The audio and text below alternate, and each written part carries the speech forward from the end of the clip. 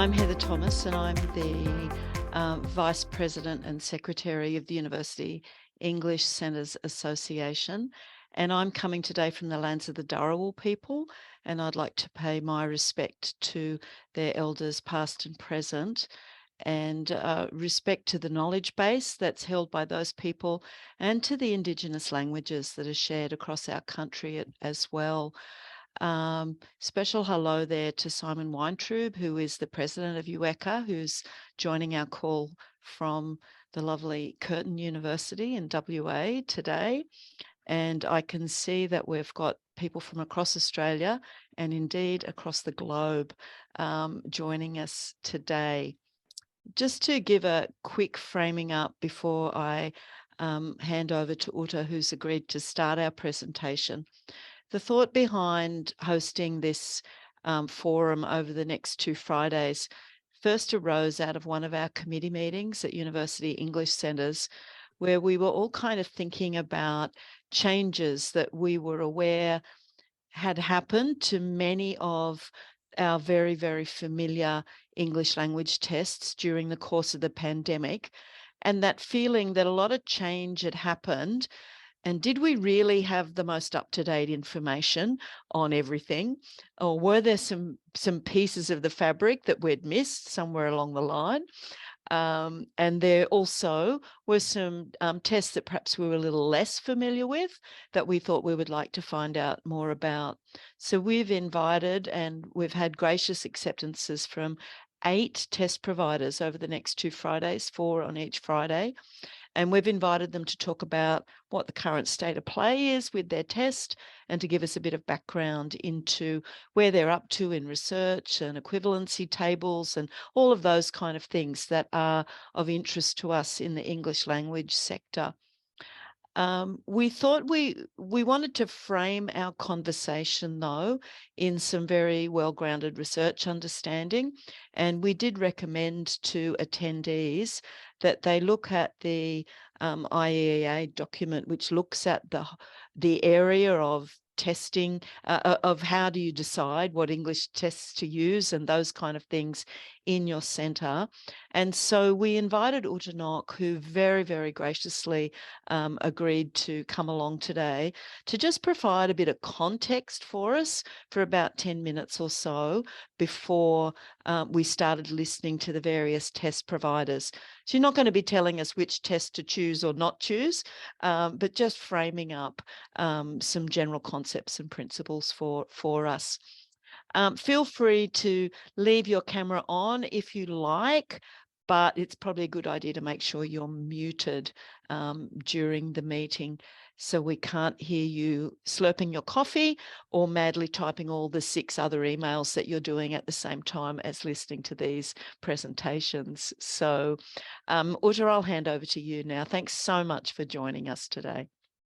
Thank you, Heather, and thanks so much for the invitation to this. I'm today in Ballarat because I'm currently attending the Australian Academy of the Humanities Conference. I gave a presentation there this morning, and I had to leave to talk to you, so I hope I can make it worthwhile. I'm just sharing my presentation. Can you see my full screen or my note pages? Problem? Okay. Right, so I only have 10 minutes, which is extremely challenging to do for this topic. So I'll zip through and I'll do my best to touch on some of the key issues that I think you should be looking for. As Heather said, I'm not attached to any of the test providers. I'm not here to give you suggestions about who or who not to look at. That's not my goal. But as Heather said, in recent years, and this actually started before the pandemic, the language testing landscape has really been changing, and this has been an ongoing process. We're seeing more and more computer-administered tests. We're seeing more computer scoring. We're starting to see more and more at-home language tests. We're seeing some tests being shortened. And so there's a lot of change going on.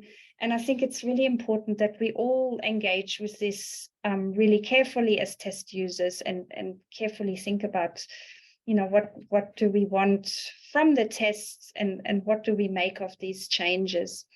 So in my talk today, I want to explore a small number of considerations that I think are important when you're choosing a language test. There are many out there.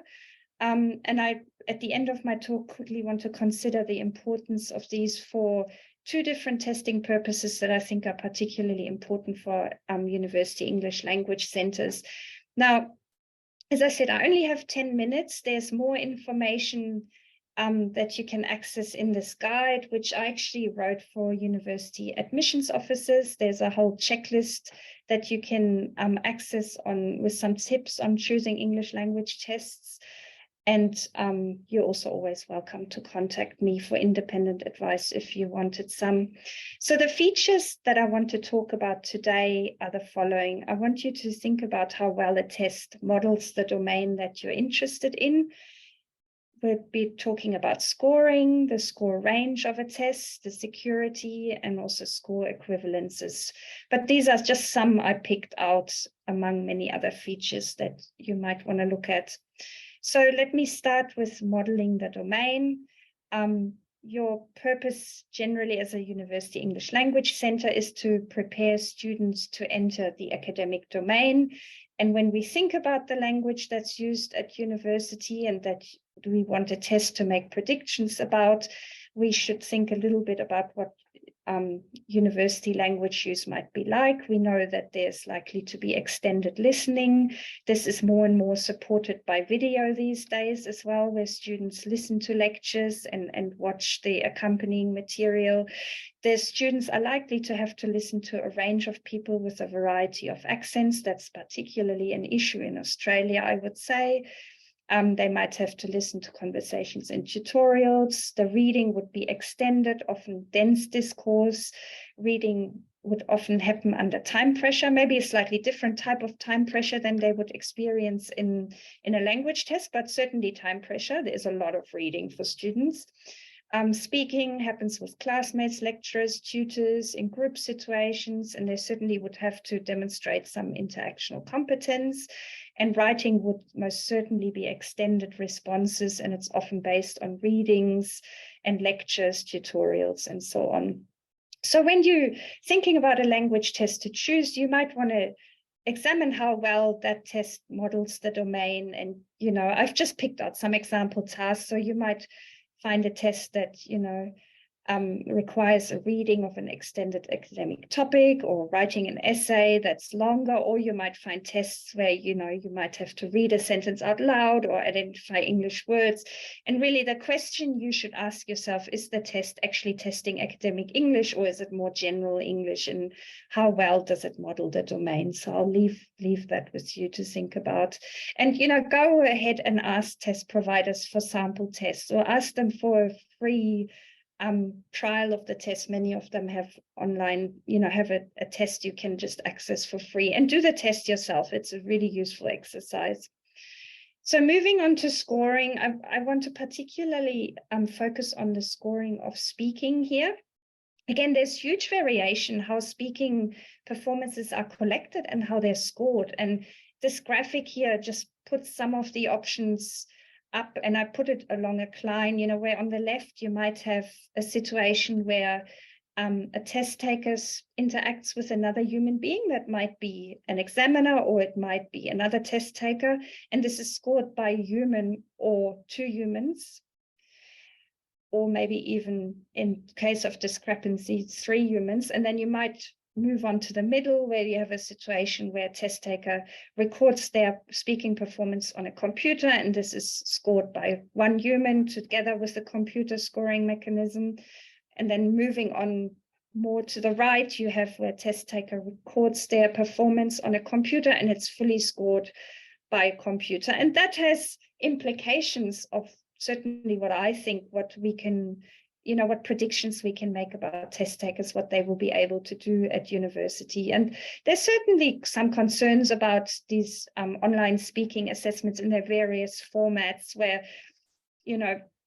we've been working for many years on bringing tests closer to what we want to test, in this case, the academic domain, where we're modeling interactional competence and lingua franca competence. And you need to concern yourself with, how well how well can a test capture um, those kind of competences, and also consider what the test preparation behavior might be in those cases. Now, looking at the score range, I think this is often an ignored issue. So every test has a kind of score range that they can report scores on. And if you imagine that from high to low, the tests are usually the most precise around the middle range. This isn't true for all tests, but certainly most of them are most precise around the middle range. But often, and this might be the case for university English language centers, is that you are actually not getting students who are around those mid ranges of the test, but they're lower. And sometimes the tests get quite imprecise at the lower levels. And I think it's really worth asking the test providers, how much error is there in their scores at the lower range, because you might be quite surprised. Moving on to security, I mean, this isn't a new issue that's sort of come up with the at-home test. Security has always been an issue and concern to language testing companies.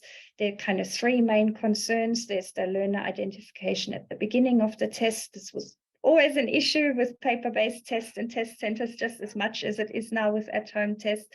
Then in-exam misconduct, and also the concern about exporting exam materials for future students. This hasn't changed, but with the at-home language test, there's other mechanisms now in place to kind of deal with that, and this is proctoring.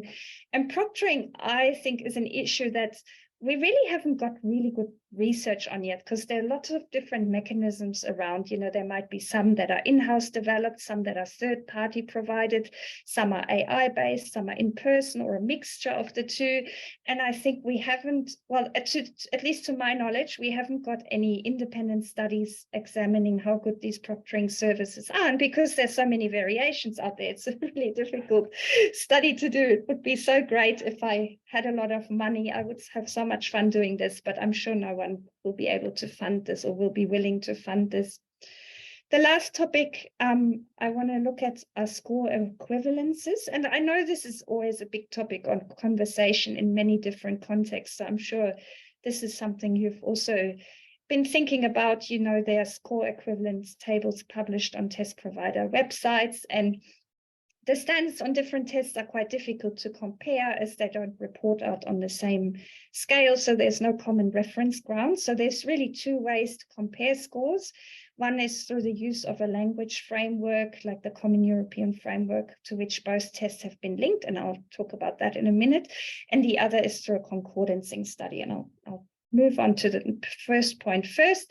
So you're all probably familiar with the table on the left, where you can see the Common European Framework of Reference, the levels there, and then you can see how IELTS has been linked to that. And that's over the years been controversial in itself. But I guess what I wanted to say is you can see how broad the levels of the Common European Framework of Reference are to the IELTS, and how kind of imprecise these links are. If you think, where does the 4 actually sit here? It's sort of kind of hard to see. And then if you had another test, and again, I completely randomly picked one off the internet.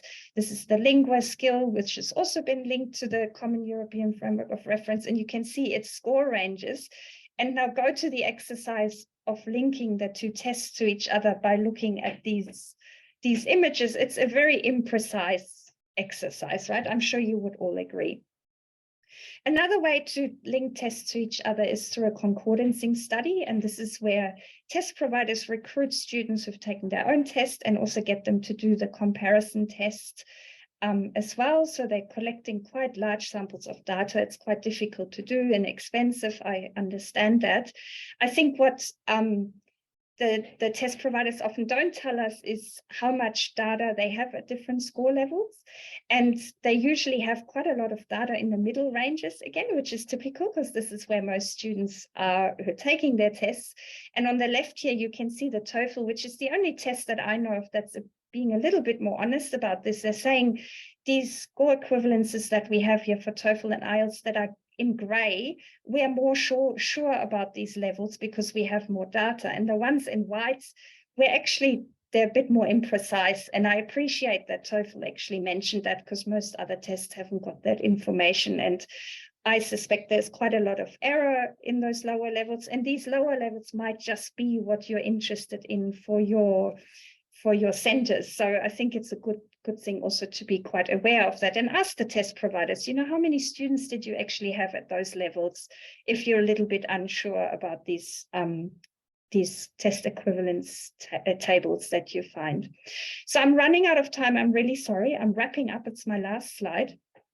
When we think about these 5 issues that I have on the right there in gray, and think about particular purposes of testing that might be relevant to your programs, there is, first of all, I think, thinking about the entry into direct entry programs, where you often get a student who's missed out by 0.5 IELTS roughly to enter university. They then get packaged to do, say, 10 weeks of ELICOS study with you. Here, I think it's, to me, would be more important that the test really well models the academic domain so that you have a relatively precise score, because 10-week programs are very short, and it's important that students are not entering with a too low score and then not passing your test that takes them directly into the university.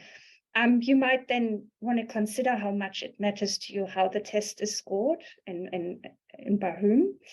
And again, if you're having students entering much lower than at IELTS 6 equivalent, you might want to check how big the error is for the lower score levels there. Moving on to placement into other programs, maybe lower level programs. I think this is less high stakes. Here, maybe modeling the academic domain is maybe a little bit less important, because some error is acceptable. You might be able to move students more easily up and down. And so more indirect tasks of language might be quite acceptable here.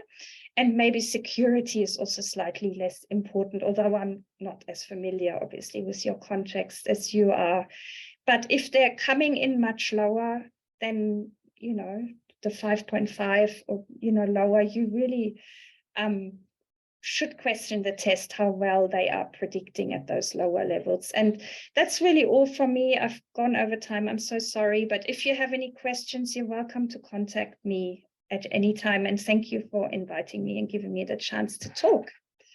Oh, Ueca, you just covered so much material in a great rush, and we're just really appreciative of the time you've taken, especially out of your busy schedule, to share that with us today. And if we've taken that all in, and hopefully this time on a Friday afternoon our brains are all working, then I'm sure that helps frame some of our thinking as we listen to all of our other presenters. So thank you again so much. We're very, very grateful for your time. I'm going to introduce to you now Jeff LaFleur, who's here today to talk to us on behalf of the Duolingo test. He's calling in from very, very late at night, somewhere in North America, I believe. So we're hoping he doesn't doze off during his own presentation.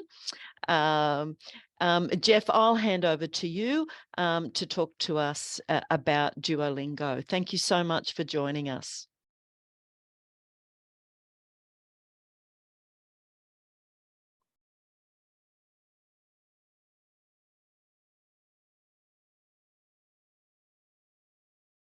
Jeff, are you on mute? I can't hear you.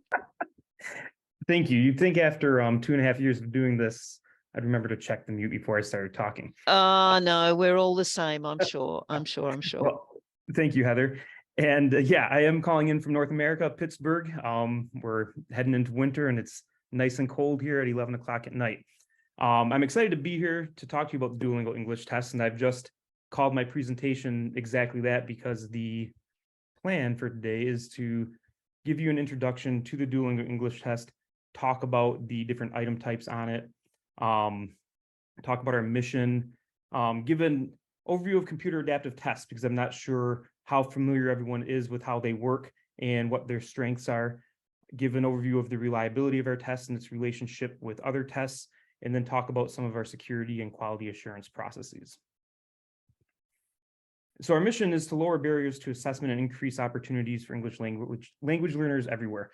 And the reason I start off with this slide is because it is very relevant to the reason that DET was created 7 years ago, right? So the people who were working at Duolingo at the time and who are still working at Duolingo took a look at what was available, and they thought that they could create a test that could be shorter and could lower the barrier of having to travel to a testing center by delivering it online and remote, and then also shorten that turnaround time between testing time and the time you receive your scores by doing all automated scoring and doing remote proctoring of the test so that we can make the test taking experience a little bit more a little bit nicer for test takers.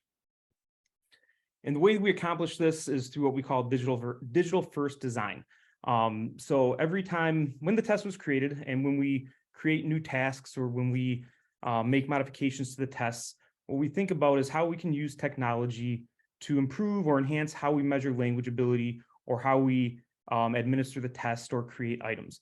And so we integrate what we call digital affordances across the board, from task design all the way through administration, scoring, security, and psychometrics. One example of how we're doing this in task design, or two examples, is we have this reading task that we call interactive reading, and I'll describe it a little bit more in detail later, but we use large language models to automatically generate the content, which is then reviewed by people to make sure the content is good and that the items are good. And so that's one piece of technology we use to, help keep the test creation a little bit more, a little bit less costly, so we can pass that savings on to our test takers. And then we also, as part of that task, we ask test takers to highlight their responses to questions, which I think really is a first step towards using the tools that computers offer to help measure language ability. And so jumping into the overview of the test, right? The Duolingo English test is used by a large number of universities to make admissions decisions. Most of these universities are in the United States, Canada, and the UK, but I know there's about 30 in Australia also using the DET for a couple of different purposes. It's a computer adaptive test.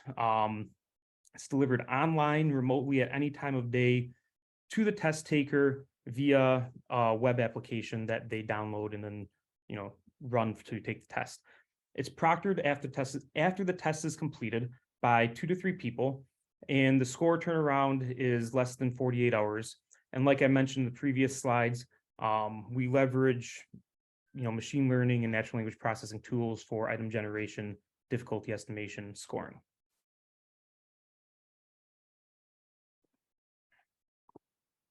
So we have 13 item types on the DET, and we put them into a few different groups. We call the first 5, we call our CAT items, computer adaptive testing items.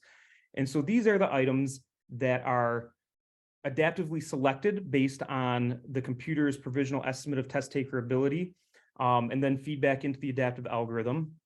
And so these are the C test, which is a task where test takers read a paragraph and then complete words that have been damaged, right? So in this task, the first sentence is left intact and the last sentence is left intact, and then every other word in the intervening sentences is damaged. And the task test takers have to complete is to, fill in those damaged words. Then we have 2 measures of vocabulary size, a text-based yes/no vocabulary task and an audio-based yes/no vocabulary task. And in these tasks, test takers see real English words and pseudo-English words, and they have to make a decision about whether or not the word is a real English word or not a real English word, based on what they see and what they hear. We have dictation items, and these are your normal dictation items where you hear a stimulus and then you write what you hear. And we have a read aloud item, or a variation of elicited imitation, where test takers see a stimulus and they have to read it out loud. Test takers see each of these items around 4 to 6 times with each test administration. Then we have what we call the interactive reading item, and there's 2 of these on the test. And I have it in the table as non-CAT. We should really probably be calling it half CAT, because these things are adaptively selected, but they don't feed back into the adaptive algorithm because we don't need them to. They come at the very end of the CAT stage. And these tasks, I say there's 2 of them, but within each of them, there's actually 5 different item types, right? It starts off with a vocab and context task where content words like verbs, nouns, adverbs, adjectives are removed from the passage, and then test takers have to select the best word to complete the sentence. And then the next task, the second half of the passage is revealed with a sentence removed in the middle, and the test takers have to choose the best sentence to tie the two passages together. So it's like a discourse completion task. That's followed by 2 items of one type, which we call the highlight task. And here test takers are asked a question about a specific piece of information in the passage. And this is where they have to respond to that question by highlighting the answer with their mouse cursor. And then finally, the test takers are asked to do 2 more tasks at the end of this. And one is to identify an idea that is expressed in the passage. And then the last one is to identify the best title for the passage. In terms of production or performance tasks on the test, we have picture description tasks in writing and in speaking. And here test takers see a picture and are asked to describe what they see in the picture. And then we have a few variants of what we would call independent tasks, right? And so these are tasks where test takers get a prompt that asks them to either narrate or persuade, and they have to, write their response to narrate what they were asked to narrate or to persuade based on what they were asked to persuade. And these vary in terms of for writing, it's all text-based, but for the speaking task, there is one where the stimulus is audio. And then finally, at the end, we have a writing sample, which is also an independent task, and a speaking sample, which is ungraded. And these form the items on the test. And so on the right, like I mentioned, the CAT items are adaptively selected and feed into the adaptive algorithm. The interactive reading items are adaptively selected, but don't feed into the adaptive algorithm. And the performance tasks and the ungraded performance task are randomly assigned. So all of these are of equal difficulty, and they are randomly selected and assigned to test takers when they get the task. So I'm going to give an overview of computer adaptive testing. And what I'm going to do is I'm going to start with showing what a test taker journey looks like for 2 different score points. We're going to look at one from a test taker who scored an overall score of 160, and one from a test taker who scored an overall score of 80. So somewhere more in the middle range of the test. And so what we start with is what we call the calibration phase.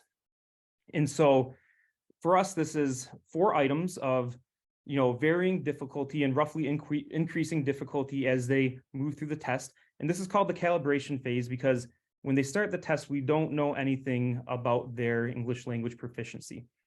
And so these first 4 items are used to make the first provisional estimate.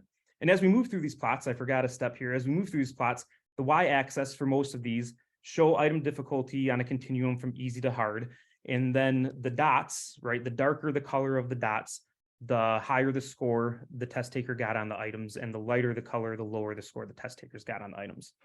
So after the calibration phase, test takers move in to the picture description writing stage, which is where we have this random assignment of tasks, and they receive 3 tasks where they're asked to describe what they see in a picture. And you'll see here the test taker who scored an overall score of 160 performed pretty well on these tasks. These dots are darker, and the test taker who scored an 80 did not perform as well on these tasks because they have the lighter dots. After the picture description writing phase, we jump into the computer adaptive phase. And this is where you can see the computer adaptive algorithm in action, right? We see for the test taker on top who scored a 160 that they have a lot of dark dots. They were getting these questions right almost every single time, and they kept their, the difficulty of these items near the ceiling of the item pool, where the test taker who scored an overall score of 80 struggled a little bit more, right? They had a little bit more variability in the quality of the responses to the items. We see a mix of lighter colors, darker colors, and colors somewhere in the middle, and that trace plot bumps around a little bit, searching out to find the test taker's proficiency level. And as you can see at the end here, they both ended with the interactive reading task. And the other items are sort of like a random balanced administration to ensure that each test taker receives at least 4 and not more than 6 of the item types. Finally, after the computer adaptive phase, we jump into the rest of the language performance tasks, which again are randomly selected and assigned to test takers. And we can see here that the test taker on top continued to perform well on these tasks where the test taker on bottom did not, on the bottom and the bottom row of the plot did not do as well. And so why are we doing this? Well, one, the computer adaptive algorithm, creates estimates of ability based on performance on the fly, right? And selects the next item to match that estimate of ability. And so what this does is it allows us to hone in on test taker proficiency more quickly than you could with a fixed form test where you have to administer a whole lot of items to all test takers. Importantly, with CATs, an important feature of security is that you need to have a large enough item bank so that unique tests are sufficiently different, right? You want to have not just a large item bank, but a lot of items across the entire difficulty ability continuum, so that if that test taker who got a 160 comes back and takes the test again, they're not going to see the same items, right? So that adaptive algorithm does not want to select the same items. And then we want to also large enough so that if there is item harvesting, or if test takers do share knowledge of what they saw in the test, that it can't result in what we call item pre-knowledge, where test takers come to the test knowing what they're going to see. And so what this does for us, allows us to create sort of like a tailored test, a test that is tailored to test taker proficiency, and also represent the construct of language proficiency at a wide range of difficulty levels in one test. And so it allows us to create, an efficient and very precise measure of English language proficiency in a very short time span. And for us, that's about an hour, right? The test lasts about an hour. Next, I'm going to move into reliability and relationships with other tests. The way we calculate reliability is through a weighted test-retest correlation. So test-retest is exactly what it sounds like. Test takers take a test at time 1, and they take a test at time 2. And for our analyses, that time span is 2 days. And we weight this analysis by the features you see in that second bullet point, like country, L1, age, gender, OS's operating system. And this is to ensure that the population of our test takers in this analysis represents the population of test takers of people who take the test, right? And then by also accounting for time 1 DET scores and means and variances, we can help account for self-selection biases, right? So test takers, it's not like a random sample of test takers who take the test again. Usually it's test takers who are of a little bit lower proficiency, and so we have to account for that when we do this analysis. And so what we see here in the table on the right is the test-retest reliability for the overall score. This index ranges from -1 to +1, with +1 being the most desirable value. And so we get up to or exceed 0.90 across the overall score and the 4 subscores for the DET. And this table is shared in our technical manual. And what I didn't bring in this table is our, in the technical manual, we'll also report the standard error of measure for these scores based on this correlation coefficient.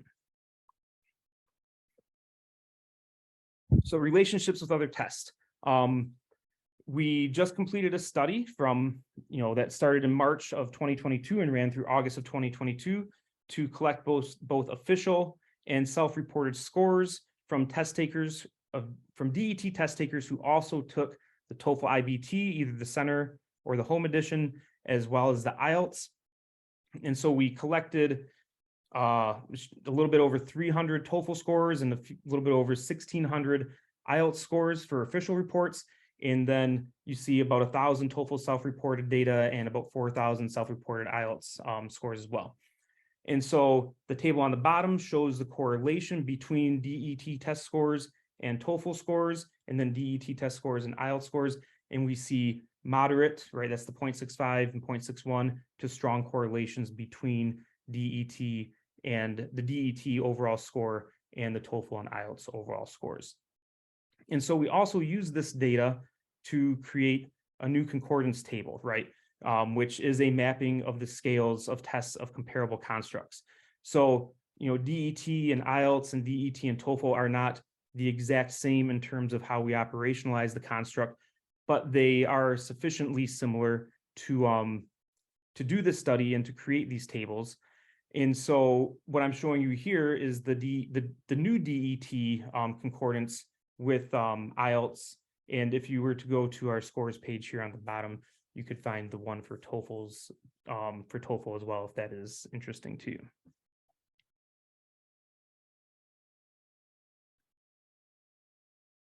I'm going to jump into security and quality assurance here. So our test is proctored asynchronously, and we think there are some advantages to this over in-person proctoring. One is that, live proctoring relies on what we call a chain of trust consisting of many humans. And if there is one person who is like a bad actor, or if there is a mistake, that is a single point of failure that can sort of disrupt the entire process.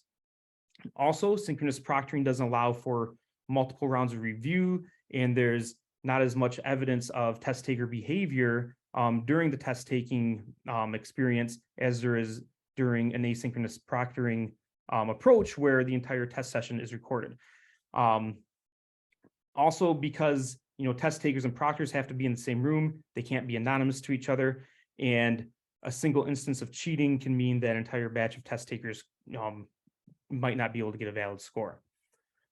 And so in our approach to proctoring, right, we record the entire session, and we track how people use the keyboard and the mouse.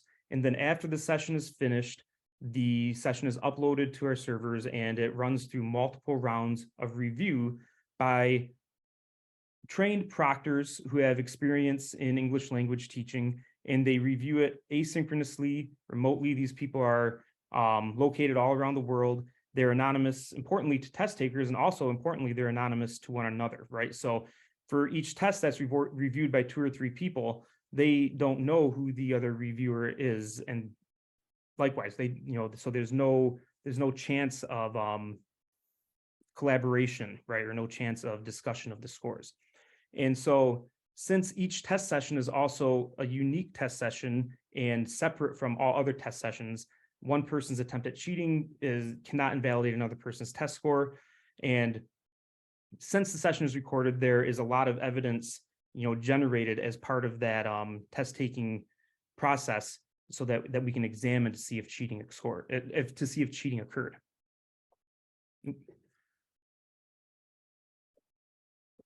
In addition to having multiple rounds of independent review of proctors, we surface a wide range of AI flags for each test session that importantly, they draw proctors' attention to possible instances of cheating, but they're used to help make decisions, right? The AI does not make the decision. It draws the proctor's attention to possible instances of cheating, and then the proctor evaluates that evidence and then makes the decision based on the accumulation of evidence. Can I just jump in here? How are we going, Jeff? Because we're pretty much out of time.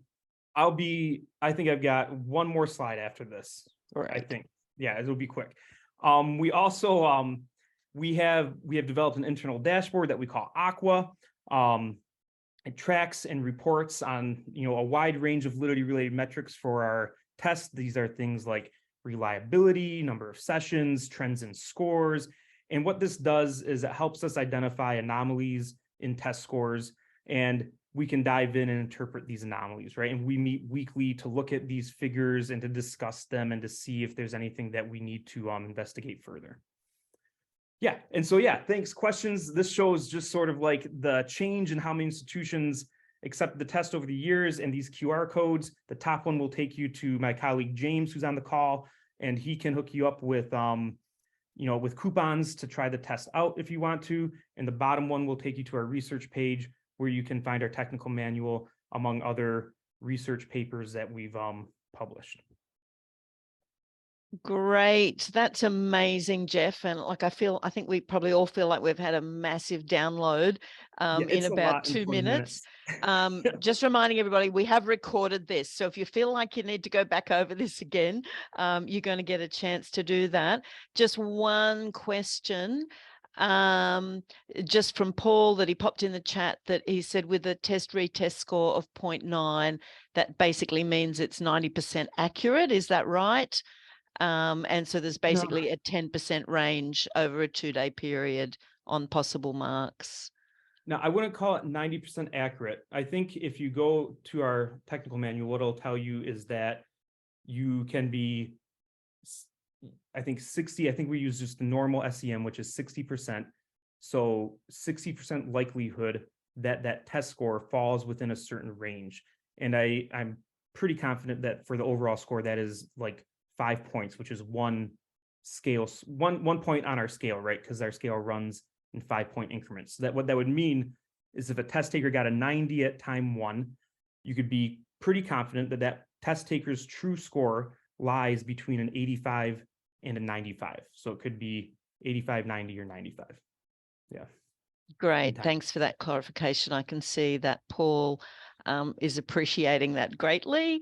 That's awesome. And Jeff, we're particularly grateful for you for being available at such an odd time of hour in your time zone to provide us with your expertise. And that's been really, really helpful to hear from you. So thanks very much. We're all appreciative of you joining us this afternoon. Now take a deep breath because we're going to jump straight in. And I think we've got both Brian and Reza on the line who are going to talk to us about the IELTS test. So dump everything you heard about Duolingo now and focus on something different entirely. Go. I'll just share my screen presentation.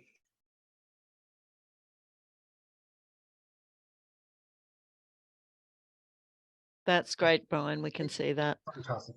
Great. So thanks so much for inviting us along to participate today. My name is Brian, and I'm joined by my colleague Reza today, and we'll walk you through the presentation. So we have a lot of content to cover. There's going to be another big download, I'm afraid, but we'll get right into it and move along as best we can.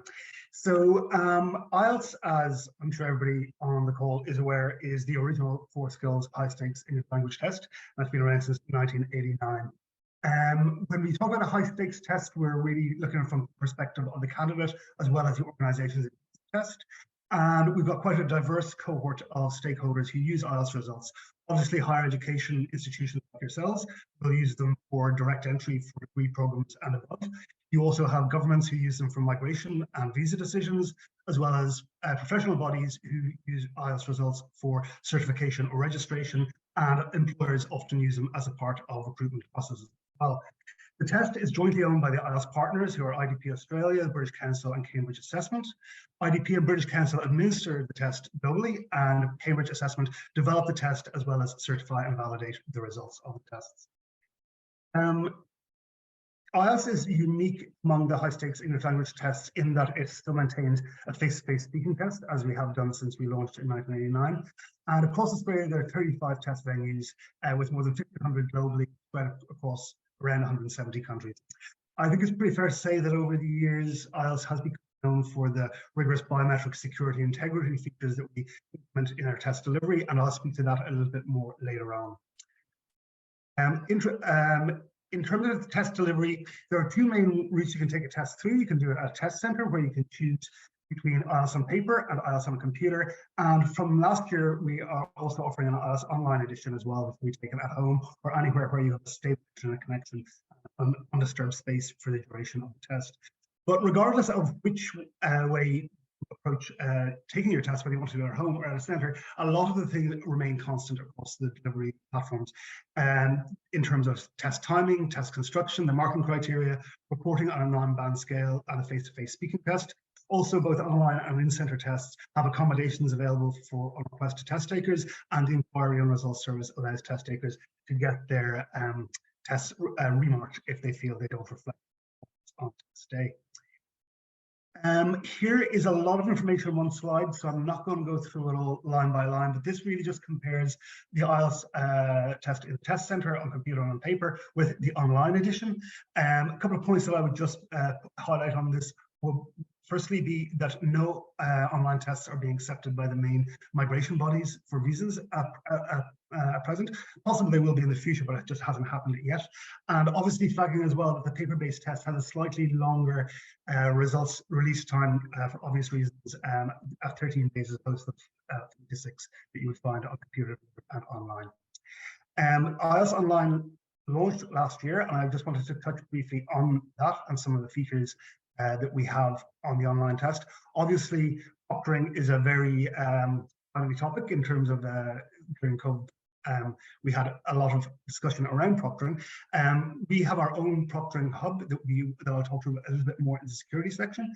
The IELTS Online test does not issue paper results. We only do electronic results for the online test, but they can be verified using the same verifications as you would the normal in-center IELTS. And obviously, given that the online test is so tech reliant, we have put in place a centralized 27 support model. So test takers who are experiencing any technical difficulties on the test have somewhere to reach out to and can get assistance to. More recently, we've announced the introduction of a one-skill retake, and this is something that test takers have been asking us for many years, and has taken quite a long time to develop. But it's basically out the door already. This will be launching in Australia this month, and then more global rollout will occur into 2023. And the one-skill retake allows a test taker to resit one component of the test one time, and this has to be taken within 60 days of their original test. If the results do change, we'll issue an updated test report form, and that will include a reference to the original results from the first test that organizations can check out if they need to go back and verify that also. As I said, it's a one-time thing. Test takers can only do this for one skill at a time. And just on this slide, which will be circulated after today's presentation, I've included a list of the research references that we conducted to decide what is the appropriate time period that we can do this without impacting the test. So I'm going to pass over now to Reza, who is going to talk you through some format and construct. Thanks, Brian, and good afternoon, everyone.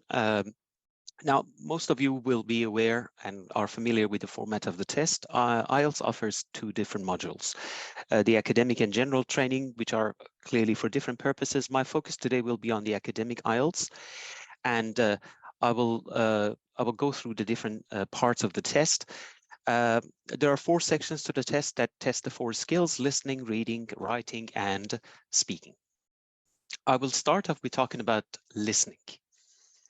And my focus in talking about the skills that I will for the next 4 slides is on the construct, or in other words, what is being assessed. And the reason for my focus is that construct is core to the validity of the test, and also it plays a key part in the appropriateness of test score use and the fairness of the test. This is a point that I will refer back to when I talk about how we analyze and track validity of the IELTS test. Now, for listening, in line with the theorization of listening activity within contemporary language models, this skill is viewed as a mix of competencies. So there is a complex combination of bottom-up and top-down processes, and a range of different item types would basically assess those skills. And for that, authentic real-world listening events are used. This combined with the coverage of the range of skills and also a gradation ensures that the construct validity of the listening test is ensured.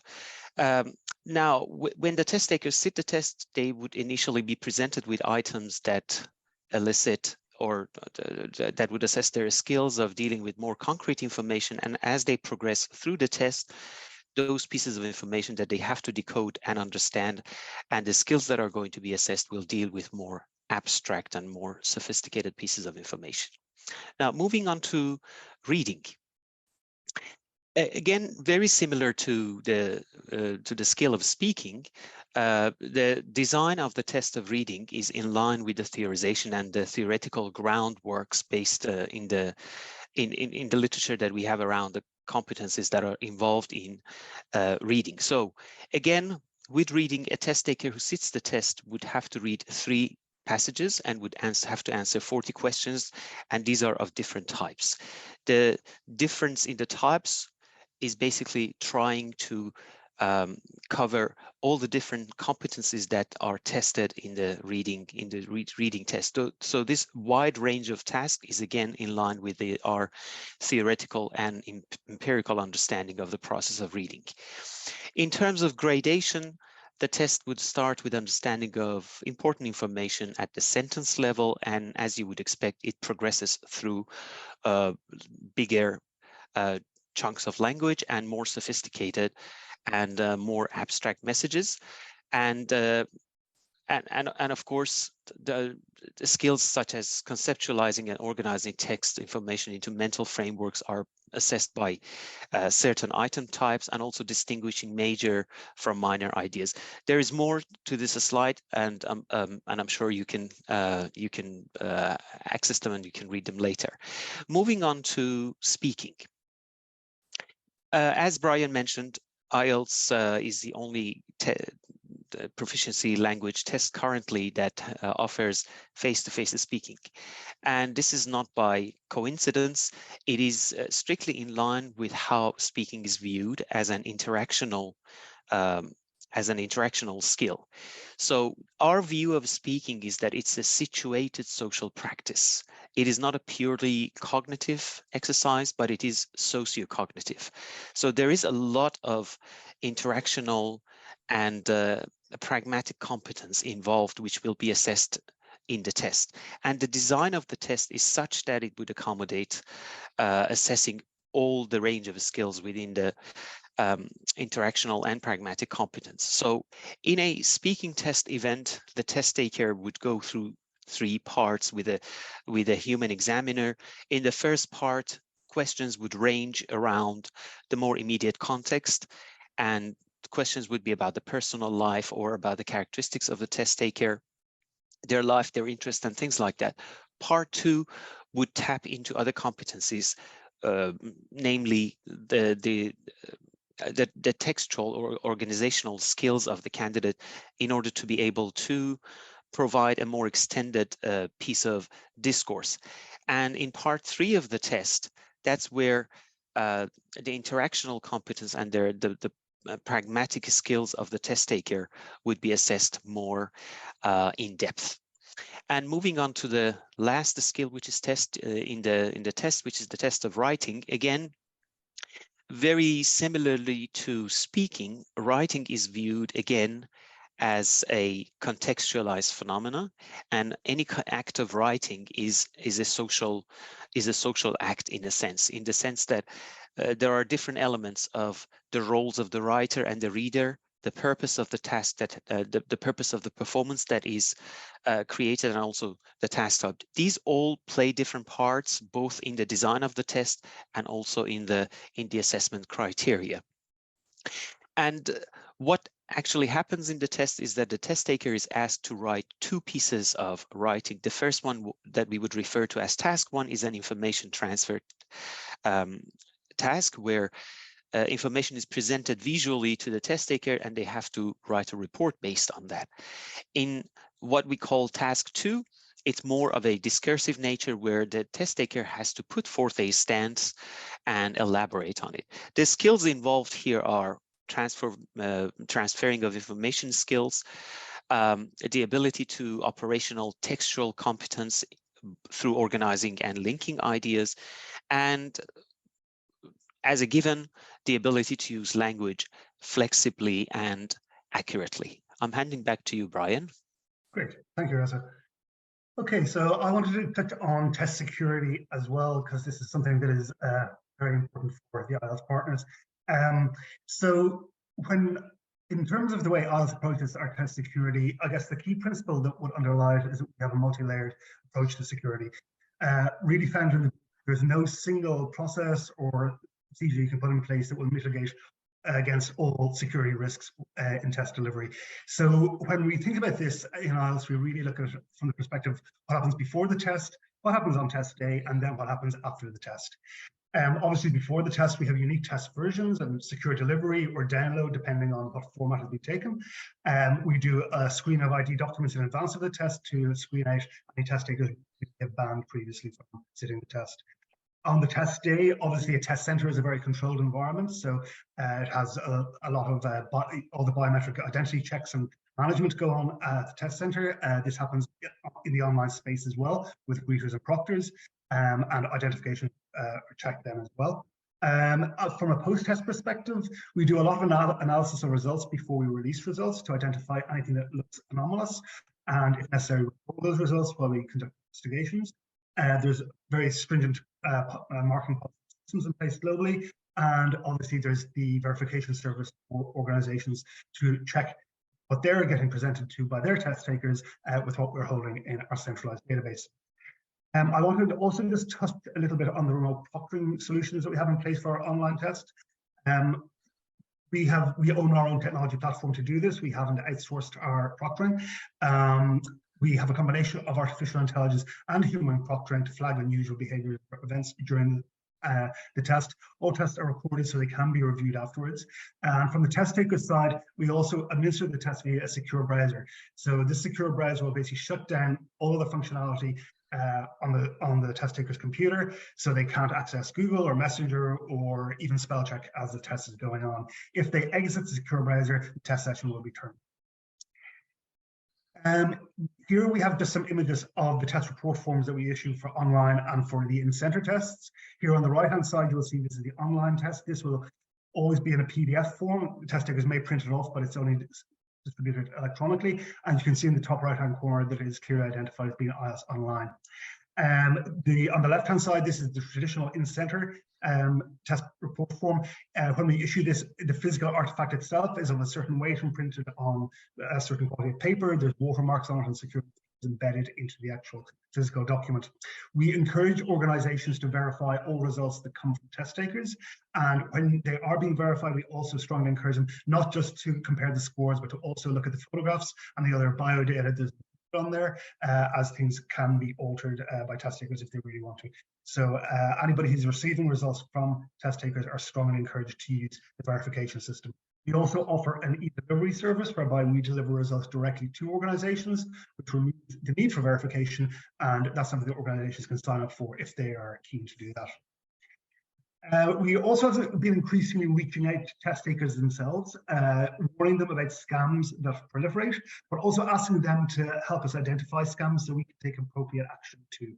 And we have a pretty strong social presence where we do reach out to our test takers, asking them for assistance. So, as I said previously, really the approach to security in IELTS is very multi-layered through identity capture and management, including passport, photographs, finger scans, and facial recognition software. Then your in-test security, which is proctoring and verification and secure delivery platforms, right through to your results, your pre-release results checks, and then really asking the organizations to do their part for security in terms of verification and secure results delivery, and test takers to let us know if there are any scams that they've been made aware of. So I'm going to hand it back over to Reza now, who will deal with reliability results and components. Sure, thanks, Brian. Now, speaking about the validity of the test and sustaining the validity of the test, as I mentioned before, validity is a key aspect that we consider. Is a key aspect of the appropriate use of the test. It plays into the appropriateness of the use of the test, and also it has direct bearing on fairness. Now, validity is not limited to construct validity, of course, and there are other aspects of validity that we look at. Things like scoring validity, validity of the context, consequential or predictive validity, just to name a few. And as you might be familiar, in some new theorizations, reliability also gets investigated as an aspect within validity analysis.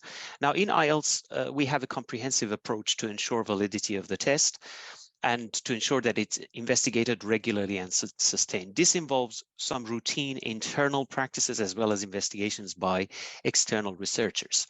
Now, our internal practices span across all events around the testing session, starting from production of test materials, pre-testing of those materials, standardizing all test day procedures, and also ensuring that the scoring validity, given that we use human examiners, that scoring validity is maintained through stringent examiner training, certification, and monitoring. And there are post-test practices in place to look at reliability measures such as standard error of measurement and the rest. And we also use our internal research partner research group to look at different aspects of validity and also to enhance it and to improve the product. Now, on top of that, we also do external research, and that is the IELTS grant program, which has been in place. Many of you might be familiar with it. And for those of you who'd like to know more, please have a look, check out the research section on the IELTS website for the reports and everything.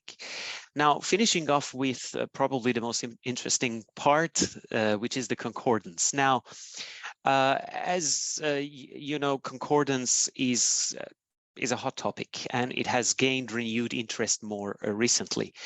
What I would like to point out here is that one way of looking at concordance is from the perspective of test providers, who will be presenting to you today and over the next Friday, and from the perspective of the test user.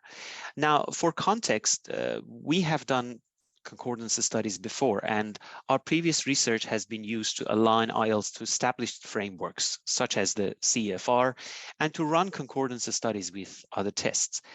Looking at our findings and looking at the insights that we have and how these relationships work, it seems to be a very complex web, and it is hardly a straightforward interaction. It is worth noting that our findings indicate relationship of IELTS with other tests and with some other common European frameworks is complex, as I mentioned. Now, this is from a test provider point of view. That is the view that we have. In terms of what has been done, of course, IELTS has been traditionally aligned with CFR, and Uta also talked to that. We are all aware of the limitations of such concordances. A few years ago, IELTS volunteered to conduct a concordance study against the Pearson test, and this was in response to the feedback that we had from the stakeholders. And that study was complemented by another study, 2021 study, which went a bit further and looked a bit more deeply at both score equivalences as well as the construct and how the two tests cover construct and operationalize the constructs within their test design. And very recently, there has been another concordance study which takes a more comprehensive approach. It has looked at the comparability of the IELTS and the Duolingo English test. All these reports are available on the IELTS website, so I encourage all of you who are interested to go and read them. Now, I mentioned that it's a very complex and far from straightforward practice. I would just like to point out two things. As test users, I think it is very important to be aware of the limitations of comparison tables and concordances, and also whether anything else can be achieved through repeating these scores, these concordances. From what we know, there are huge logistical issues in running concordance studies, and given the value we get out of them, the value might be limited. The other thing is that concordance studies look at the numerical output of these tests, but there is definitely more. So when looking at these concordance tables, it is also very important to remember that you have to look a bit deeper and look at test taker characteristics within each test, for example, their cognitive validity, their context validity, whether they have similar scoring validity, and probably most importantly, the question of consequence and impact of using each test. I think I will finish on that note, but I'm sure that this topic is far from concluded. Thanks, Reza, and thanks, Brian. We are out of time there. I was just thinking, as you were saying, that and acknowledging the complexity of what you're talking about, it is perhaps a shame that that our parent bodies don't understand the complexity of the concordance, or that perhaps even things like the ELICOS national standards reference it as if it was a very simple conclusion to draw a line between all the different methods of deciding that students have met commonly accepted entry criteria for higher studies.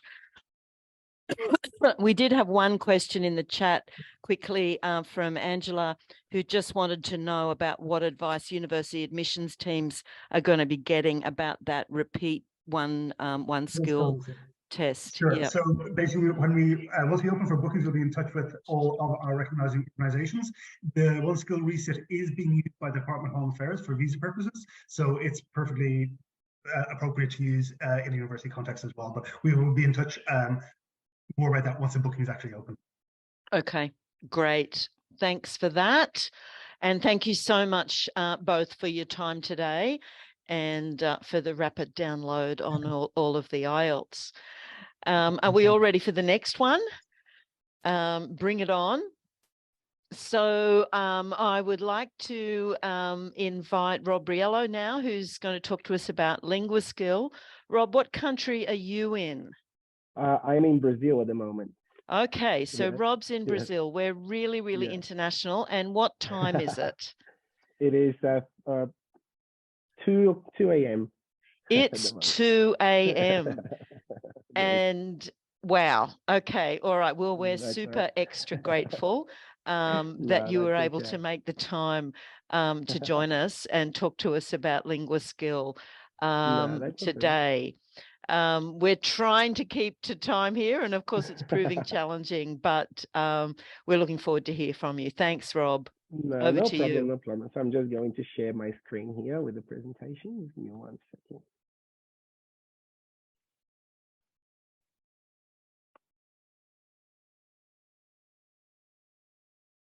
I'm not sure if you guys can see the presentation.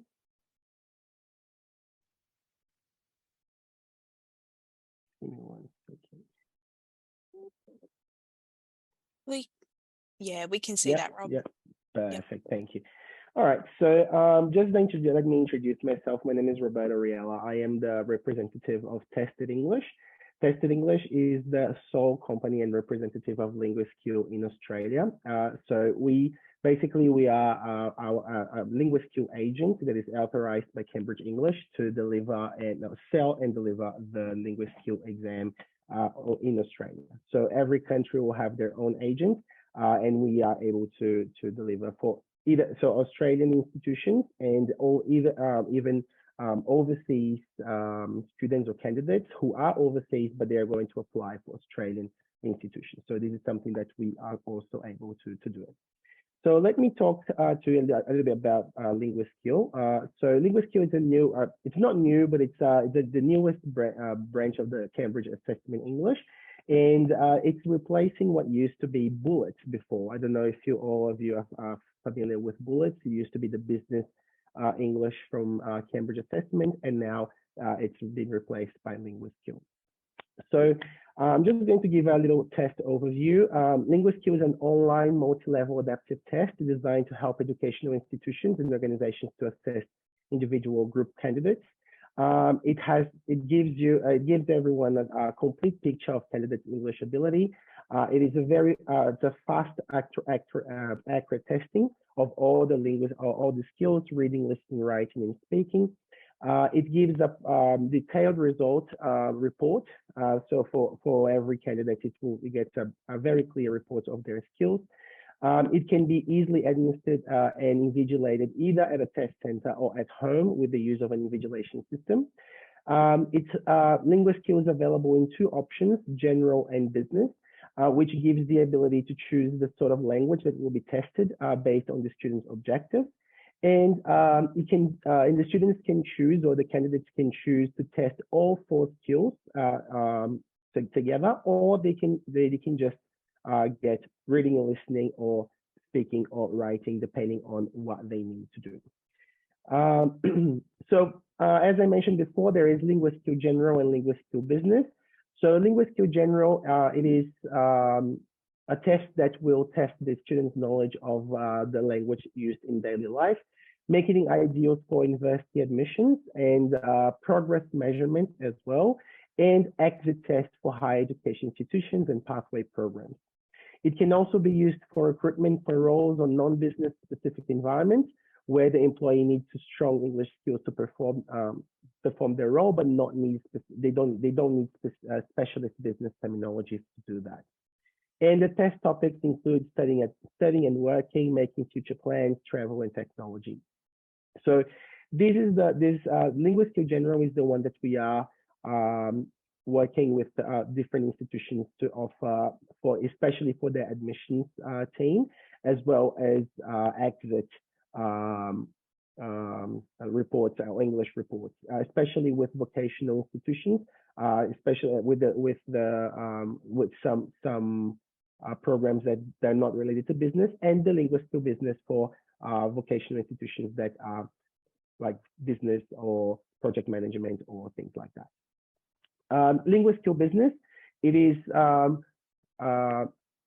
used in a business setting, most suitable for students who intend to join the corporate world. The test topics include the buying, selling of products and services, the office, business travel, and human resources. This test is ideal for business, either higher education or vocational programs, students who would like to assess their level of knowledge of business English and who would like to join organizations that require reports stating their English level according to the CEFR. So it is, I think, different from all the others that we have seen so far, is that we have the business component. So it's very good to have that specific sort of language that can be used to assess the student's level. So just very quickly on the test format, we have, so the reading and listening test is one component, so they're done together, and they have, and it's also an adaptive test, which means that the next question will, the level of difficulty of the next question will depend on the answers of the previous question, so that so we can have a very accurate idea of the student's level. It's about 60 to 85 minutes. And the reason why it is has flexible timing is because of the adaptivity of the test. So it will depend on how many questions the students get correctly and how many questions they need to assess, the system needs to assess the level. There's a range of different questions like reading and select, gap sentences, multiple choice and gap fill, and open gap fill questions for that. Of course, I will share all these with you, and then you have the more details. You can read the slides. Continuing the reading and listening, they have another. There is another one questions with extended reading, listening, select, and extended listening. I've also put some links here for some sample tests. So when I share the slides and I share, we can all click there and have an idea of what it looks like. Here, I have a little table that shows how the adaptive test works. So just a very brief idea. So it goes, the level of difficulty goes up and then when the student gets a mistake or makes a mistake, it goes down, and it keeps going up and down according to the student's abilities. The writing task, the writing test is, as I said, separate. You can do it as a bundle, but you can also do it separately. The writing is consists of a 45-minute test, 2 parts. The first part, as we call part 1, is always an email. The candidate will be asked to write a minimum of 50 words, and they first read a short prompt and they have to respond. And part 2 is a longer test. The candidate will be asked to write a minimum of 180 words. And the candidates read a short text outlining a scenario and they have to respond. In Linguist Skill General, the candidates will write at least 100 words and, to a wider audience. And it can be a review, an article, or web post. For Linguist Skill Business, they will have to write a letter or report of at least 180 words. And they have to often to like a text for a manager or the staff within the company or external clients. And the speaking task, the speaking test is done in 5 parts, and it takes around 15 minutes. And we have different sorts of questions: interview, reading aloud, long terms, and communication activities. And I have the links for all of them for later if you want to check. Here, there's an example of a report. So what the report looks like, we have here the CFR. So the CFR level for each of the components. also the overall score and the CFR level as well. And for each level, it has an explanation what the level means for students who are not familiar with the CFI. It actually explains what each of these levels consist of, and also the dates and the student information. So it's a very comprehensive report. So the alignment of linguist skill with the CFI, and this is one of the most important parts for us. So historically, Cambridge English, they were the basis of defining the CFI levels. So it started in 1913 with the CPE test that has become the C2 level, that has become the current C2 level. And then in 1939, Cambridge introduced the FCE, which is now associated with the B2 level. So Cambridge has always been part of the studies of the CFI, and that's why we use the CFI for linguist skill as well, in order to make sure that the students have an accurate and reliable test report. So the alignment of linguist skill with CFI was carried out in the following 5 stages. So familiarization, so the expert judges have the robust knowledge of the CFR. Specification, so expert judgment on the relevance of the linguist skill test to the CFR. Standardization training, so making sure all the judges or all the examiners, they have similar results or similar scores. Standard setting, determine cut scores, and validation, collecting validity evidence about standard setting. So this is the process that we use in order to make sure we align our test with the CFR. Listening and the reading and listening tasks or tests which are receptive skills, the standard setting approach used was test-centered. So the judges reviewed the task in the test and decided on the level of the performance on the test of these tasks, and would indicate successful achievement of the standards. And writing, speaking, which are the productive skills, the standard setting approaches used was examining centered, which means that they check the performance of a sample of some candidates, and they evaluate their results according to the CFR. So Cambridge English views standard setting as a regular ongoing process in which the links between exams and CFR are constantly monitored and maintained. So far, 2 linguist skills standard settings exercises have been performed in 2017 and 2019. So let's continue here. And so here there is a table that Cambridge uses to show the different, also to match with the different tests. So here is the Cambridge qualifications that are mostly used, the A2 Keep, Beyond Preliminary, and C1 Advanced, and here with comparing with IELTS.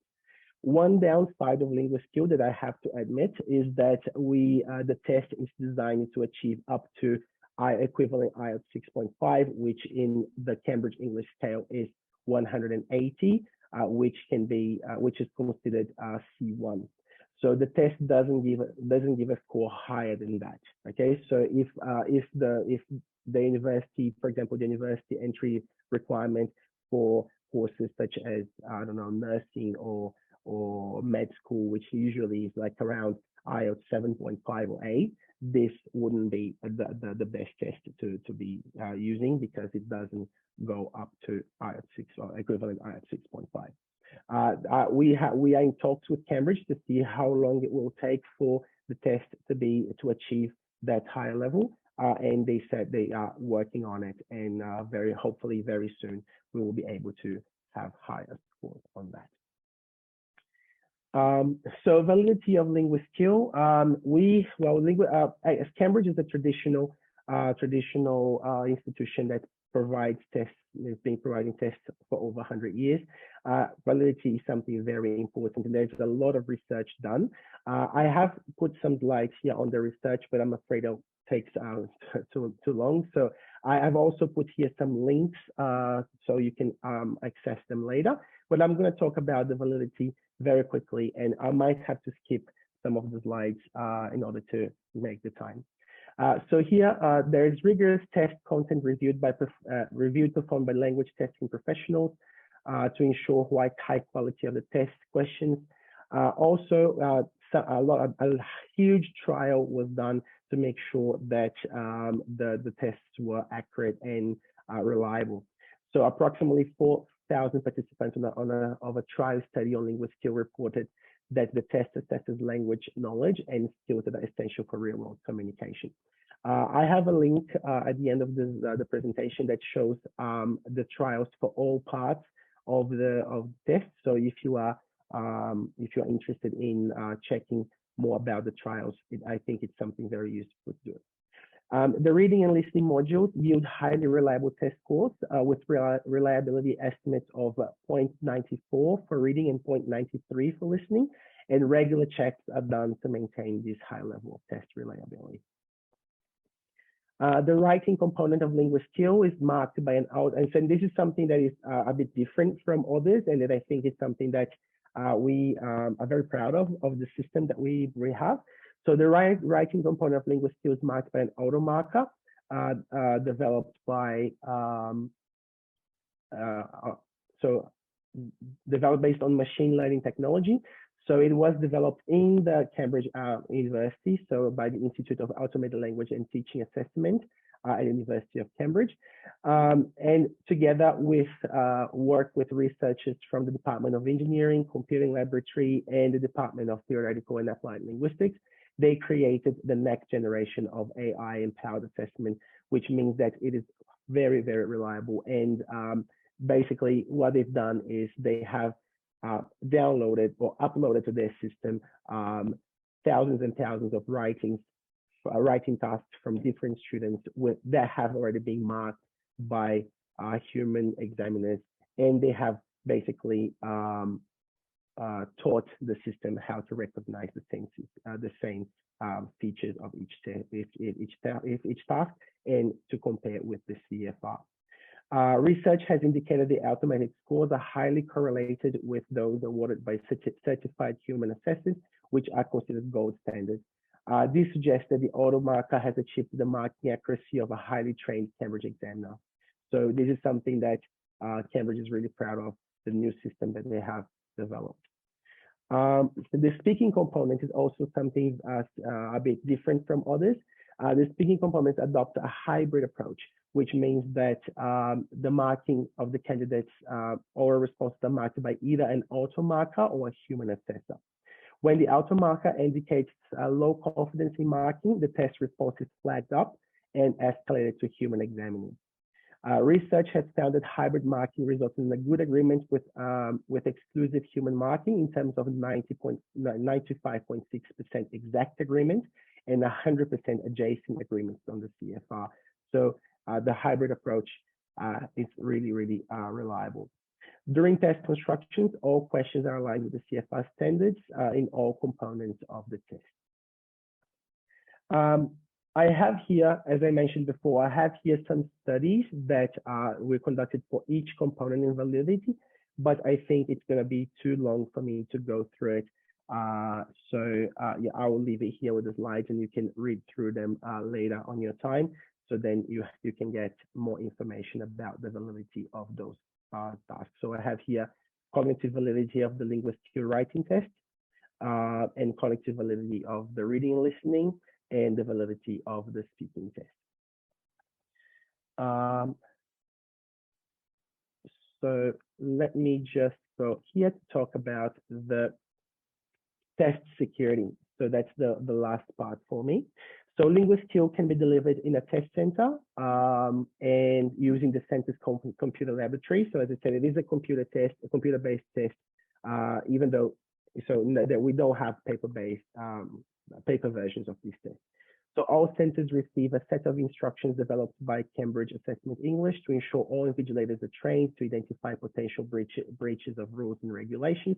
So it's very similar to the same instructions that is done that are given to the other Cambridge Assessment English exams, such as FC, CA, or CPE. Linguist can also be delivered online at home using an online invigilation system. The one that we used in Australia is called ProctorTrack, but there are other invigilation systems that Cambridge authorizes us to use, but in Australia we have chosen to use ProctorTrack. So let me give you some information on that. So ProctorTrack is a 3-level security invigilation system. So it uses artificial intelligence screening, human general screening, and human specific screening. So just to give you an idea of how it works, firstly, the students have to do, or the candidates have to do an onboarding process with face and ID passport scanning to ensure the candidates are not using different identification. So the students or the candidates, they have to do the onboarding, take a photo of their face and show their ID. And on the day of the exam, they are going to go through the same process again, and our system will identify if it is the same person who has done the onboarding. Now, also during the test, there's audio, video, and screen recording of the entire test. And after the test is finished, the recording is first scanned by an AI system, which flags all soft and hard violations during the test. After the second part, so this is the first level of security. The second level of security is the recording is checked by the ProctorTrack team, who remove all the soft violations that they received by the AI. For example, background noise. For example, the student, a car passes by the person's house and the system gets recorded as background noise. So the ProctorTrack team will remove those flags. And those violations that the ProctorTrack team are not sure, and if they are, if they they're not sure if it violates our specific rules, then there's the third layer of screening, which is our team, our tested English team in Australia, that will review all those flags and will check if the test has been done correctly or not, or if there was any violation of the test. So we'll make sure that there's no violations there. Candidates who are caught violating the test are reported to Cambridge Assessment English and can be banned from taking the linguist skill in the future. So to make sure also that they don't try again in another country or using a different agent. So here I've got some references for the presentation, and I think that's it for me. And if there are any questions, I am happy to answer. Yes, and sorry if it was too quick, but I just wanted to make sure I was within the time frame. No, you did well, Rob. Thank you so much. No problem. And there was a bit of a question stream in the chat, but I think we've probably responded to that adequately already. Has anybody got one quick question for Rob, or do we just say a huge thank you and move on? Maybe it's a huge thank you for now. And look, we really do appreciate you dragging yourself out of bed in the middle of the night to do the presentation for us, and especially because I'm pretty sure you're not there for work, you're on leave. So I am on leave, yes. Yeah, so that's okay. It's not a big problem. It's very, very generous of you to share your time with this under those circumstances. So thank you so much. No problem. We are, just so everybody knows, we're collating all of the slides from our presentation, and they'll go up on the initial the Ueca page. It's a hidden page. You have to be, it's not, it won't be publicly available, but I'll make sure a link gets sent to all the attendees. But we might do it after both weeks, and recordings will be available for people who want them, and we'll have all the slides that presenters are willing and able to share up there, which will give you a bit more time to be processing everything. So huge, huge thanks to all of you. And that's great. And last but not least, this afternoon, and I hope everybody noticed how carefully we put the tests today in alphabetical order for all of our presenters. So everything was completely scrupulously fair. But talking to us today about PTE, we've got Joe Hernandez. So I'll hand over to you. Thanks, Joe. Thanks, Heather. I did notice that as well. I don't have a very exciting story. I'm based in Melbourne. It's 4:30 in the afternoon, so I've got no excuses. But is it hot or cold? That's what we always want to know about Melbourne, Joe. You know, today it's warm, and I'm staying inside because I suffer badly from hay fever. It's a curse and a gift. The moment that it gets warm here, it's suddenly the hay fever starts going crazy. Okay, well, let me tell you, it's a bit cooler in Wollongong the last couple of days than it should be for mid-November, but I'll let you take over now. Thank you. No problem. Thanks, Heather. Thanks, everyone. Really great to be able to connect with everyone in this forum. It's such an important one given the context and I guess where we are in terms of the current landscape of international education bouncing back. As Heather mentioned, I'm Joe Hernandez. I'm from Pearson's English Language Learning vertical, looking after PTE. I'm the manager for stakeholder relations and partnerships here in Australia and New Zealand, and that is my email address there for any questions afterwards.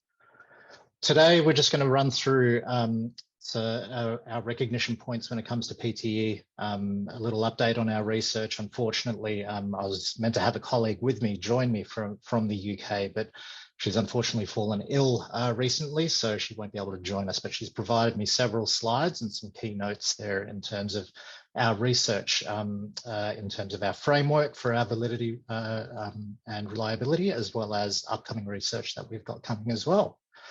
We'll be looking at our test centres where we are across the globe and our plans for expansion, as well as talking about PT Online and also a little bit of a PT decision tree, because I think that's been one of the questions asked of us recently by governments as well as universities in terms of, well, which one do I use in terms of use case for enrolment of students? Pearson Test of English, Test Centre delivered versus PT Online. In terms of our recognition, just quickly, this is a quick overview. I'm sure you guys have seen this before in terms of where we're recognized throughout the globe, where we're growing our recognition significantly in North America, but here in this context for Australia and New Zealand, we've had 100% of universities and the vet sector recognizing our test for a number of years now. We're also seeing a large growth in our Asia markets as well in terms of recognition of PTE and using Pearson Test of English as part of their enrolment requirements as well, or applications. As many of you know, there's been a growing number of international students or internationalization of universities over in Asia, and they're looking to recruit students from all over the globe, not only just us playing in that game anymore, including Canada, New Zealand, and the US and UK. Looking at Australia, we're recognised for the Department of Home Affairs for all visa applications, and importantly for student visa applications. As mentioned, all of our Australian universities and vet institutions accept PTE for enrolment purposes, professional registration bodies and skills assessment authorities as well. Now, moving quickly on to assessment research and our validity team. As I mentioned, I was hoping to have Sarah Hughes join us, but unfortunately she is unwell and unable to join us. She would have had a great story actually, because she's in London and she would have been up at 5 o'clock in the morning for this one. But she does send her apologies, but she has provided me some notes in terms of, I guess, the mountain of work that the team undertakes on a yearly basis, and it's a continual piece of work. As you can see there, in terms of their purpose itself, it's really about to ensure the reliability and the validity of PT academic as well as our other high stake assessments. And that is through, I guess, our internal research pieces as well as commissioning research pieces with external parties as well. So we always have a call out for research. And again, we would really, I guess, encourage or look to, I guess, people in this audience and outside of this audience as well in the education industry, if they wanted to conduct some research, there is funding that we provide on a yearly basis to the education industry. What Sarah has provided me is a look at our validity framework. I think, as Reza mentioned, and as a number of our esteemed colleagues here have provided presentations today, validity is a huge concept. It requires continuous streams of research from a variety of sources. There we have outlined is the framework our team uses when embarking on research projects into concordance and reliability, and ensuring the validity of the test is a huge group project. So it's not only just Rose, Lauren and Sarah there. We have a massive team in London as well as the UK, and also calling on independent research parties as well and other universities to help us with this. Our team really, the framework that you see in front of you there guides the way that we approach our research internally. So briefly on the left-hand side, it shows, the rows that are related to the claims or the statements that we make about PTE and our high stakes assessments. For example, our concordance against or equivalencies against the CEFR or other test scores, test providers such as IELTS and TOEFL, and also the reliability of our scores and the validity.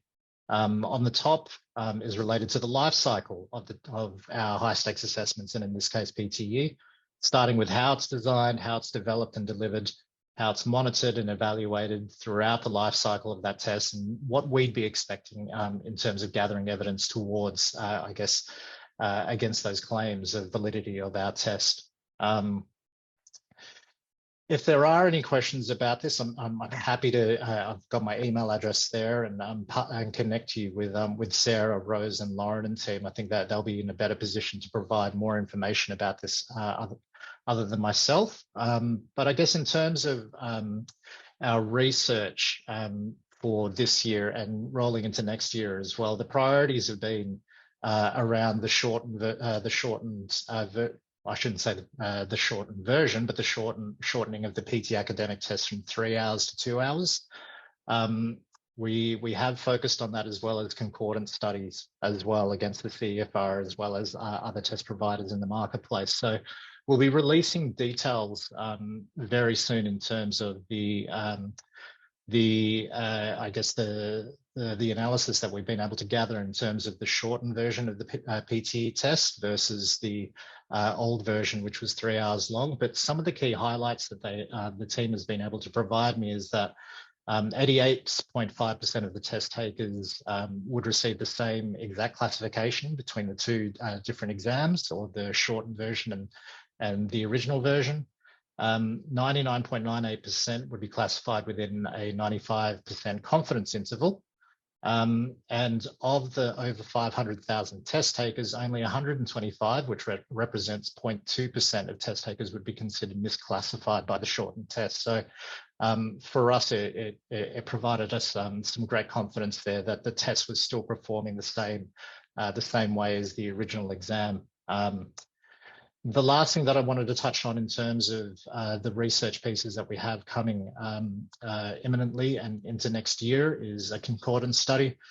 We did release a concordance study in late 2021, and while statistically relevant, we are embarking on a larger study with a larger sample size, which is due for release in late 2022.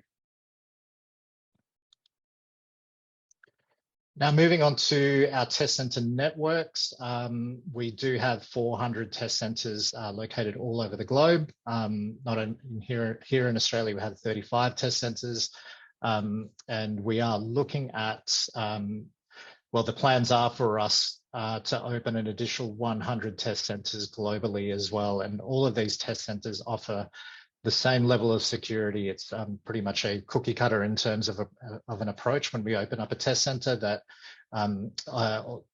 everything must be exactly the same, whether it's a Pearson run test center or it's a third-party test center, which is usually run by a educational institute that has a high stakes experience in terms of delivery of testing. So how do we, I guess, ensure the security at our test centers?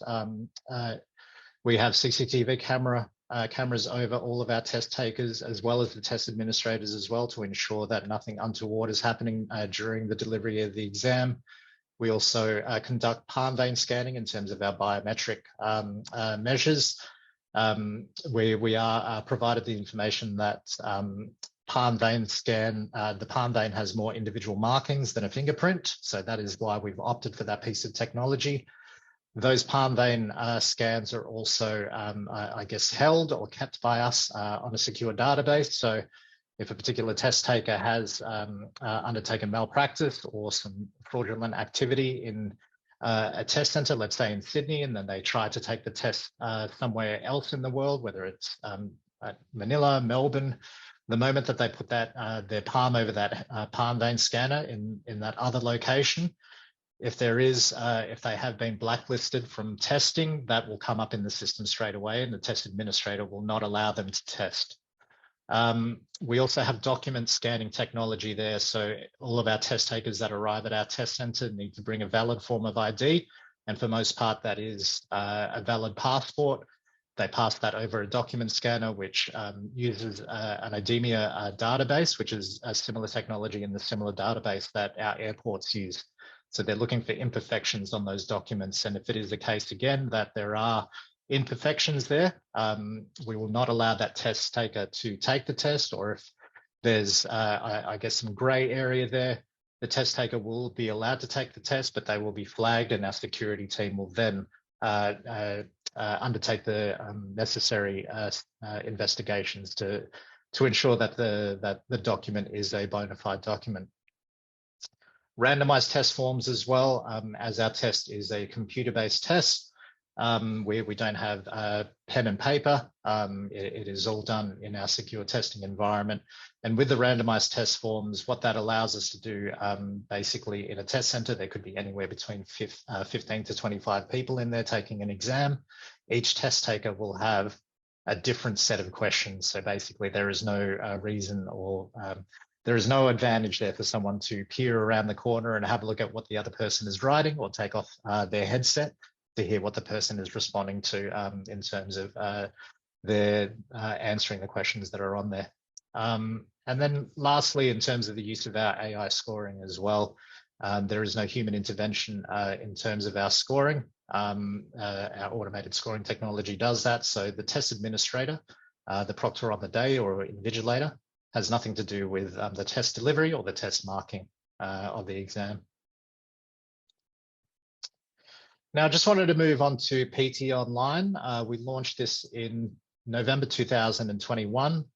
It was obviously a challenging time for all test providers at that point, with COVID lockdowns globally, locally as well. So this was a product that we released in November 2021 to provide greater access for our students, and also for you as universities as well, to continue enrollment and to be able to deliver language testing during those difficult times. PT Academic Online is identical to the test center delivered version of PTE in terms of content, difficulty, and length. It's available in most locations through the world with a couple of gaps, and I'll provide you some more information on that in terms of where those gaps are.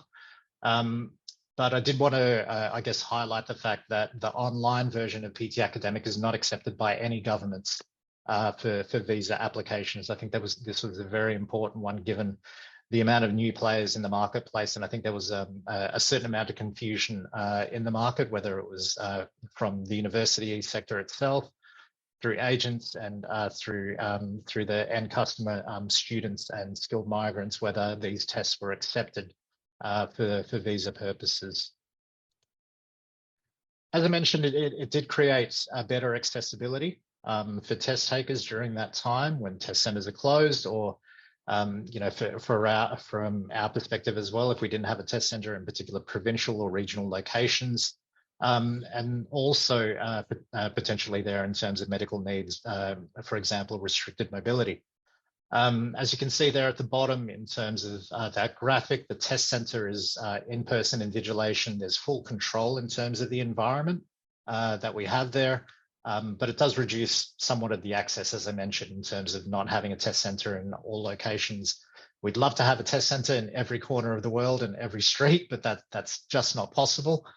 On the other side of the coin there, in terms of the online, we use remote proctoring on that one. And also what it does, even though it provides wider access, and we'll be the first ones to put out there, it provides less control for us in terms of the secure test environment, because you're relying on, I guess, even from a connectivity perspective as well, that the student that's undertaking the test will have strong internet connection on the time and on the day that they're delivering the exam. And even this morning, I had so many issues with my internet that, and I'm sure everyone goes through that as well. And I think those are some of the, I guess, pitfalls or some of the disadvantages of using online testing.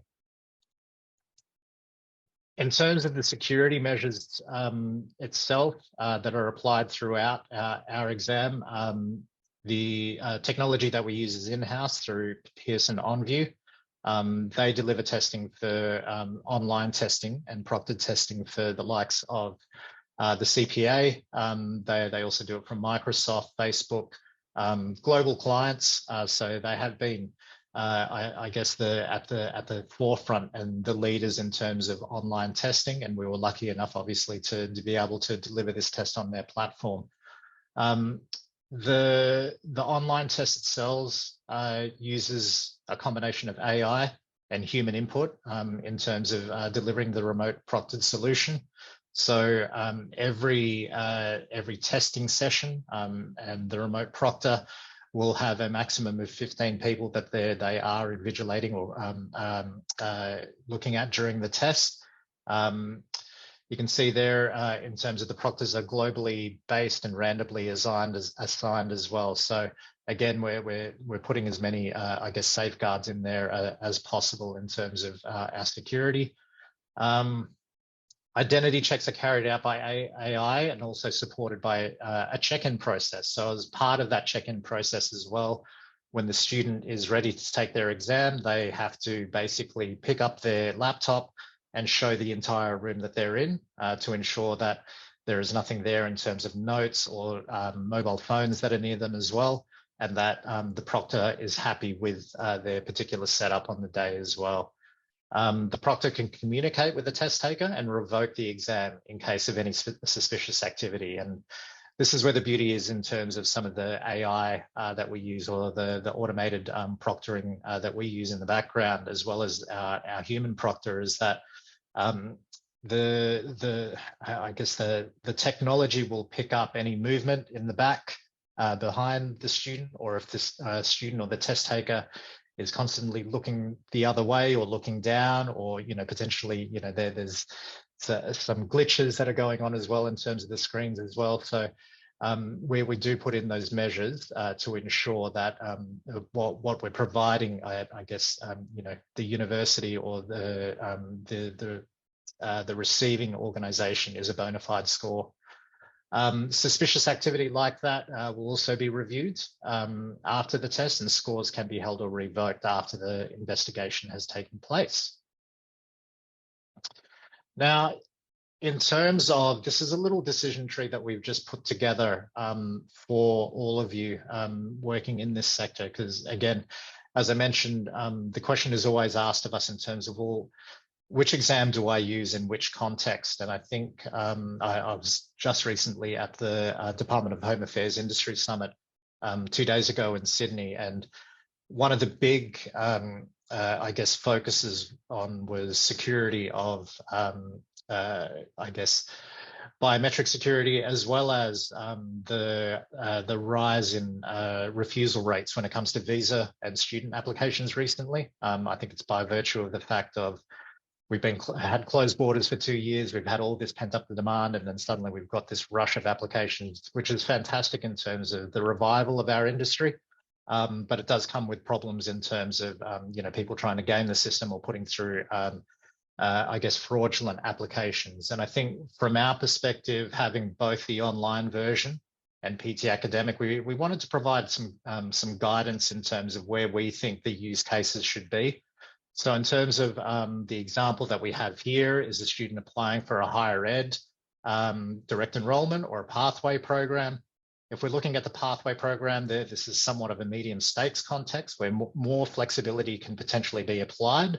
So we've got on there a Pearson Tested English Academic, which is our test center delivered version of PTE, PT Online, or Versant, which my colleague Daria will be talking about next week, which is used as an English placement test into pathway programs here into Australia. On the other side, if it's a higher ed enrollment, it's a high stakes context where you want some guarantees about the students' levels of proficiency as well as the ability to complete their course of study. So we break that down into, is the student applying from a higher risk market? And if the answer is yes, we would strongly recommend using the test center version of PT Academic just to provide those assurances in terms of the security and the validity of that test, as well as the bona fide nature of that result. Now, if it's a no, there are a couple of options there in terms of our English language test centers widely available in the student's current location.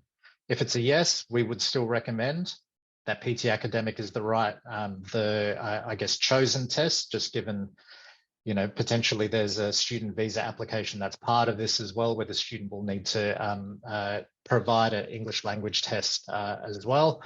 On the other side, if it's a no, if they don't have a testing facility nearby, you may wish to consider accepting online test results.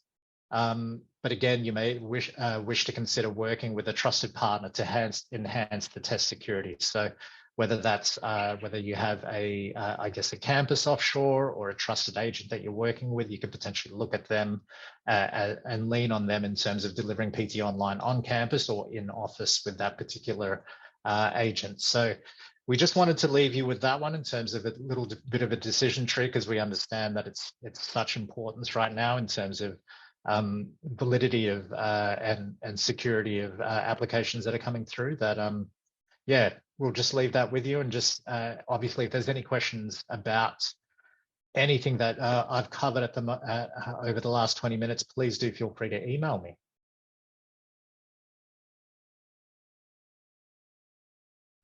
Thanks, Joe. That's really helpful. I don't know whether anybody else has got a question, but just to be clear on that decision tree, if the person that doesn't have access to ready English language testing and does the PT online, I presume they're not going to be granted a visa even if they undertake that test anyway. So that is correct. That is correct. So perhaps not such a huge amount of help if we want them to come to Australia. If they're studying offshore, that might be a more suitable environment. Great. Has anybody else got a question for Joe? We're just about to wrap up for the afternoon.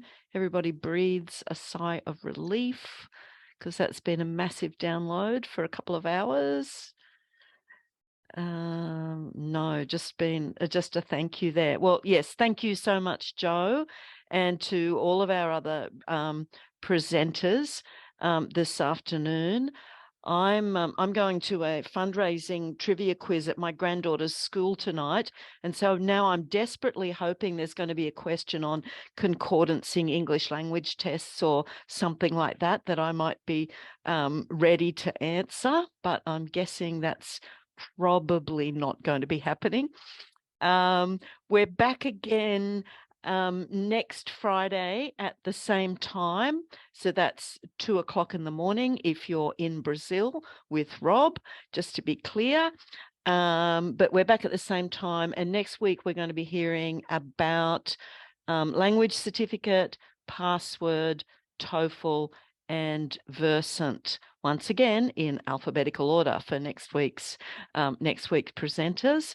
So thanks everybody. Thanks everybody for joining us, and I appreciate your good wishes for the trivia quiz, Tony. That's very helpful. Feeling we're a bit weak on the sport front with our team for tonight. So, but anyway, we'll see how we go. But looking forward to seeing you all back again next week. And congratulations to those of you who did last for the whole 2 hours. We have dropped just a little bit, but I think everybody's done really well. And yeah, just a note too, huge thanks to Uta for the background she provided. And we're secretly hoping she'll be able to come back to support us with our discussion time at the end of next week's forum, just to provide, perhaps some additional guidance there if she is. So I'm going to close the call now, but thank you everybody for joining us. See you next week.